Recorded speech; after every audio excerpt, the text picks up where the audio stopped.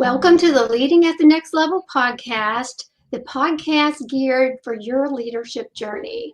So like we've been doing for the last several weeks, I have the opportunity this morning to chat with an amazing person who is doing incredible things, not only in our community, in our state, but really the country, and she impacts other countries as well. So Wes and I have known Sabrina Dorman-Andrew for a few years. We've attended a few of her events, which is incredibly impactful. It's really something you can't forget. And over the past year, we've gotten to know Sabrina and her organization, New Creations, at a much deeper level, and we want to support her in any way we can. Sabrina is one of our executive panelists at the upcoming 2025 Leadership Legacy Experience with Dove Development and Consulting, happening June 13th at the Atlantic Union Bank Center in Harrisonburg. Sabrina is also the founder and executive director of New Creation and a corporate partner of the Leadership Legacy Experience. So Sabrina, thank you so much for carving out some time to be here with us today. Thank you, Cindy. I am so grateful for you and Wes and the way that you have loved us and helped platform our mission. Thank you so much. We're excited to have you. To start off, it would be awesome if you can share an overview with our listeners of your professional background and your experience in your industry.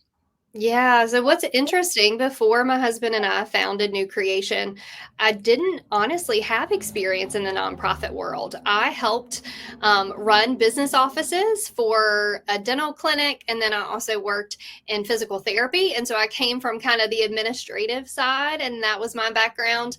What has been beautiful is the way that the things that I learned in that corporate setting, the way that those have shaped me as a leader now. And so even though I wasn't working in the nonprofit world, I learned a lot of lessons of how to work alongside people, how to develop a team, how to have a common goal, right? Like as a team. And so that is my background, is really insurance, billing, things that have very little to do with what I do now. But it's always cool how those experiences and the things that you learn, the lessons you learn, can really apply to any realm of where you end up.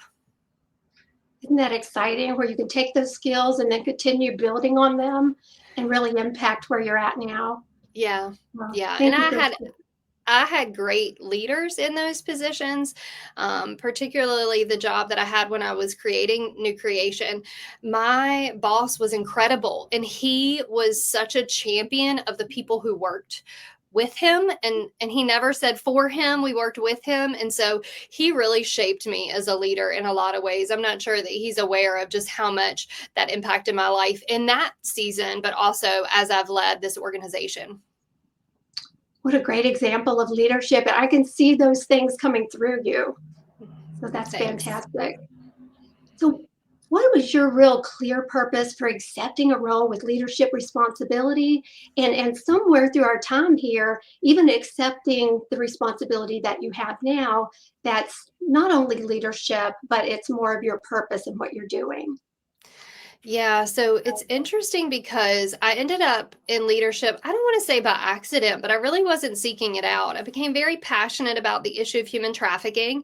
I was very compelled that I had to do something, and I recognized very quickly that I could not do that something alone, right? I needed to bring people around me to work alongside me. This issue is so huge. And so when you recognize that, what that does is immediately put you in a position of building a team. And first, it was my board, building a team of board members that helped us lead and really lay the foundational purposes and principles and goals for New Creation. And then later, it really was me building a team around me here as our leadership team. I never really thought, I can't think of like, this is how I landed in leadership. It was that I was so purposefully driven towards the goal of counteracting human trafficking. And then somehow I looked around and I'm like, oh my gosh, we are leading with all these people, and not just, I think leadership too. I look at our board and our team, our volunteers. We've had interns. Those are all great, but we also get to lead alongside a lot of other nonprofits. We're very collaborative. And so I love that. I don't do anything alone. And I think that's what leadership, to me, like that's the most powerful thing. Recognizing what I can do by myself is very limited.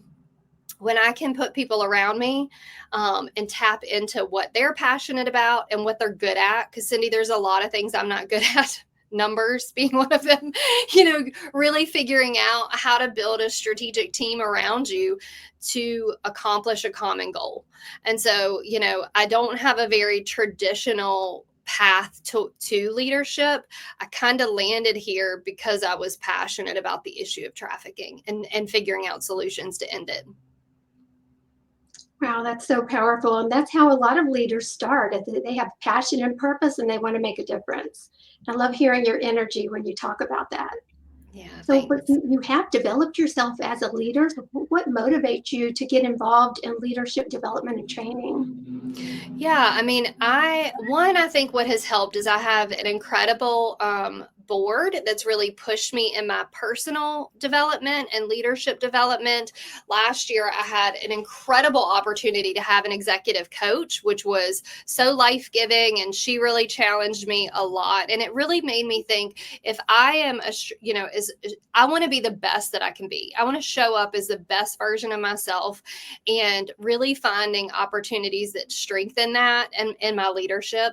The other side that I think has developed even more is, how can I make sure the team that's leading alongside me is also developed? Because I think sometimes at the top, there's a lot of focus on your development and your growth and continuing to learn. And sometimes we forget we've got to bring our team, those who lead around us, up at that same level with us.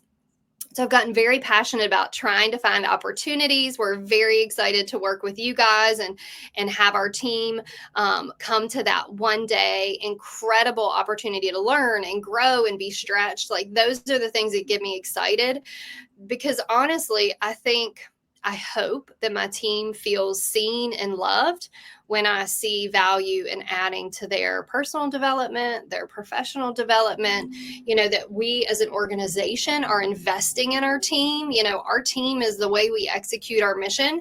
And if we sacrifice them, our mission goes away, right? And so I see it as a way to love myself and my team.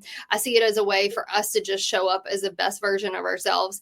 And honestly, I think it also shows the community, hey, this is a team that's continuing to grow. We want to be lifelong learners, and that gets people excited because that gets me excited if somebody is committed to always growing and learning and developing. Those are things I want to be a part of, and those are the initiatives that I want to get behind. So I think it's multifaceted why it's important to me and why I am committed to making sure our team continues to grow. Yeah, thank you for that, Sabrina. What I hear you describing is that reproducing leaders, and that's where a lot of leaders in the 5 levels of leadership, that's the 4th level of leadership. And unfortunately, a lot of leaders stop at the production stage and they never go to reproducing their own leadership in others. So that's incredibly powerful in how we build a bench like you're describing. So we're going to switch gears here just a little bit and talk about not the leadership legacy experience so much, but really the executive panel that you have graciously accepted to be on, and we really appreciate that. But why were you willing to join us on that executive panel for the leadership legacy experience? Yeah, well, I was really honored that you guys asked. I think one of the things I'm excited about is to talk about leadership that looks different, right? Like, I do not have any letters behind my name. I do not have a college degree. My path towards leadership looks different than a lot of people assume it has to look, right? And so I think what happens often is people get passionate, they feel called, but then they don't feel equipped, and they think that they are counted out, or they're not the chosen one, right? And so what I really want to share is, listen, if I can do it, anybody could do it. And there are a lot of paths to leadership. It doesn't have to look like this cookie cutter version. And so I'm excited to share about my imperfections and the fact that I still get the opportunity to lead. And that's really humbling. And I hope that sparks, even if one person that's at the Leadership Legacy experience, if one person sees, oh my gosh, if she can do it, I can too. And it stiffens their spine a little bit and gives them some boldness and there's some courage that rises up because they've seen that we've been able to do it at New Creation. That's really what I want to impart. Leadership has very little, I think, to do with like qualifications. I think it has more to do with our willingness to learn and our willingness to lead alongside others. And so, yeah, I'm very excited to talk about that part of my story. Thank you. What an empowering message. I can't wait to hear more about it. John Maxwell says leadership is influence, nothing more, nothing less. So it's really about influence. It's not about position or what we, like you said, the letters behind your name. It's about how you positively influence others. Yeah, I love that. And Cindy, it's interesting that you say influence because I think particularly in our social media driven world, right? We see influencers as a certain pocket of people, but every single person, we all have influence. And so when we can channel that influence in a positive way, it's really incredible to see the impact. It is. So I want to talk about your organization some more. What would you like the community to know about your company that they may not know or likely don't know? Yeah, so New Creation VA, we're a nonprofit that creatively counteracts human trafficking with a local heart and global approach. Most of the people in our community know about our shop, so that's how most people recognize they've shopped with us and they understand that the shop is really the engine. It creates jobs for those coming out of or vulnerable to trafficking around the world. What people don't often know is the other side of impact. And so New Creation, we're really passionate about the preventative piece of human trafficking. When I first got into the anti-trafficking movement, I noticed very quickly that few people were going upstream. So many people were focused on behind the issue. I'm a mom. I'm actually a mom of daughters. And I kept thinking, what I really want to do is make sure nobody is affected by this issue. How do we make sure less people become victims of human trafficking? And so when we started, in Virginia, where we're based, we didn't even have a human trafficking piece of legislation in our state. So we had a lot of work to do. So New Creation focuses a ton of our resources and efforts and energy on community awareness. So having conversations about what does trafficking look like? How is this happening? What are common laws? How can I, as an everyday citizen, be mobilized to make change? And we also work in middle schools and high schools up and down the valley. So we're actually in 8 different districts. So the thing that's been really powerful is we have seen the curriculum that we utilize and help fund. It's implemented county and citywide from Shenandoah County all the way to Stanton, Augusta, Waynesboro. And so we've educated over 15,000 students in our community. And it's powerful because, yes, we want to protect our students 100%. That is our heartbeat. The other thing that we want to make sure happens is that students move to be part of the solution to trafficking and not part of the issue. Because, the truth about human trafficking is it's supply and demand. It's a business, just like the business that I run here, on South Main Street. And so if we're not going after the demand and we're not having good conversations about how this is happening and we're not moving students toward the solution, it's hard to make impact. And so I want people to know when they shop with us, they're making impact in our city, in our community. They're also making impact in a survivor's life, likely in a country that they've never visited. And so it's a really beautiful thing that we get to bring to our community and invite people to be a part of. Thank you for sharing that. I know you do so many successful projects and campaigns. I am so impressed with there's constantly creative options going on to support new creations. And that's just your business mindset. I just see that going, and I'm so impressed with the implementation of that too. But can you share a recent example of a successful campaign or project that your company has spearheaded and the impact around that? Yeah, so we are actually currently in the center of a campaign to expand. And so one of the beautiful things is we're always multiplying, which I love, right? Like that's what you want your business and your nonprofit to do. What is hard is we're limited because of space.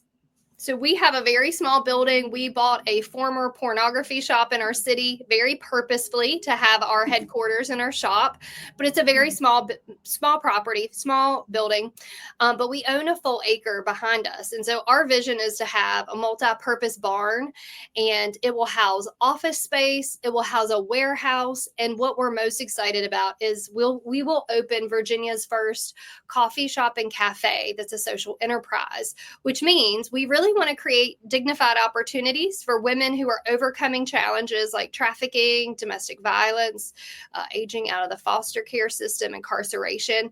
We want to make sure they have dignified opportunities. And that job isn't just a job, it also helps connect them to life training skills. And so this campaign, when we started, Cindy, it was a $1.5 million project. We have been fundraising to get to goal. When we hit goal, of course, the cost of everything is expanding. So now it's a $2.5 million project, which is very hard. But what I will say is it's made me very proud of our team that we have just kept going. Now, we have cried. We have had hard moments. We've wanted to give up because it feels like our goal keeps being moved out.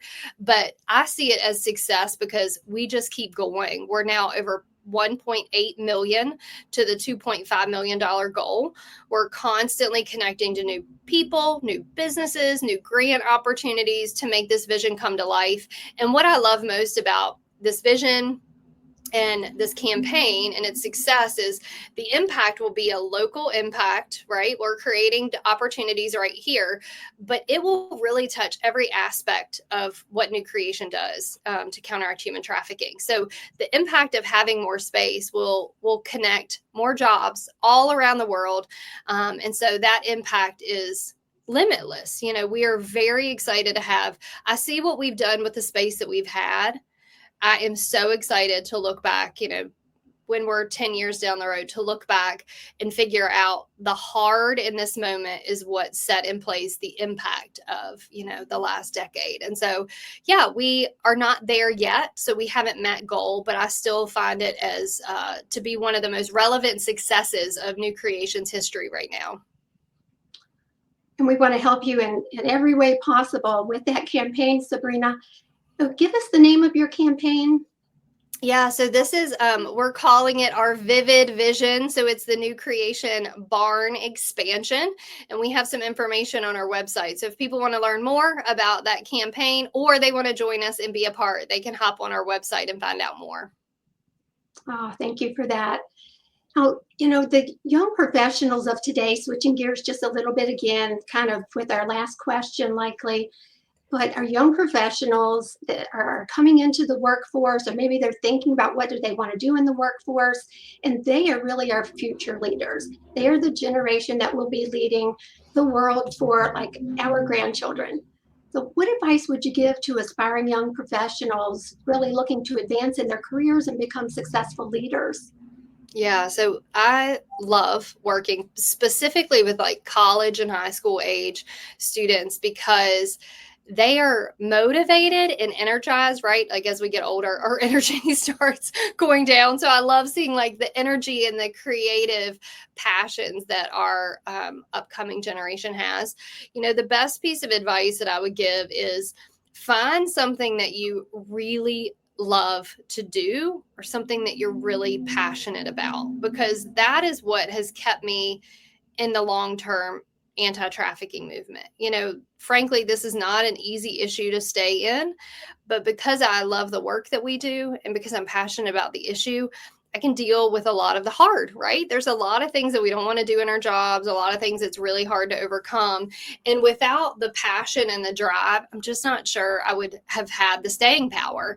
And so I think if you can tap into a passion and what you love to do, and it has always blown my mind, what we get to do here at New Creation.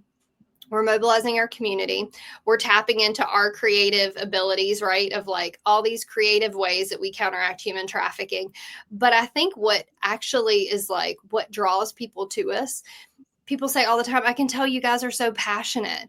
And so I think our passion is what makes people really want to come close to a really hard issue. And so I think when you can lead from passion, it really encourages people to join you and it helps you stay. And so, yeah, figuring out what that is. And I wish there was an easy, like 1, 2, 3 step by step of how to do that. But I think you just have to really you have to search and seek yourself, and you've got to look at the world, the community, the place that you're in, and figure out what is that, and is that a business? Is that a nonprofit? Is that leading alongside somebody else? Is that supporting? But yeah, passion is the thing that has really been vital in my leadership. And you are leading the charge. Trying to. Thank you, Sabrina. So you mentioned that our listeners can find you at find more information about New Creation at the New Creation website. Is that New Creation? You want to give us that website? Yeah, that's great. So Cindy, you can find us at newcreationva.org. They can also follow us on all the social media platforms. We're New Creation VA. And so if people want to connect to us, if they want to find out more, those are the spots. Head to our website. They can sign up for our newsletter and stay engaged with us that way. Sabrina, this has been amazing. We appreciate you. We want you to get tremendous value anytime you're with us, and especially as a partner and executive panelist of our leadership event.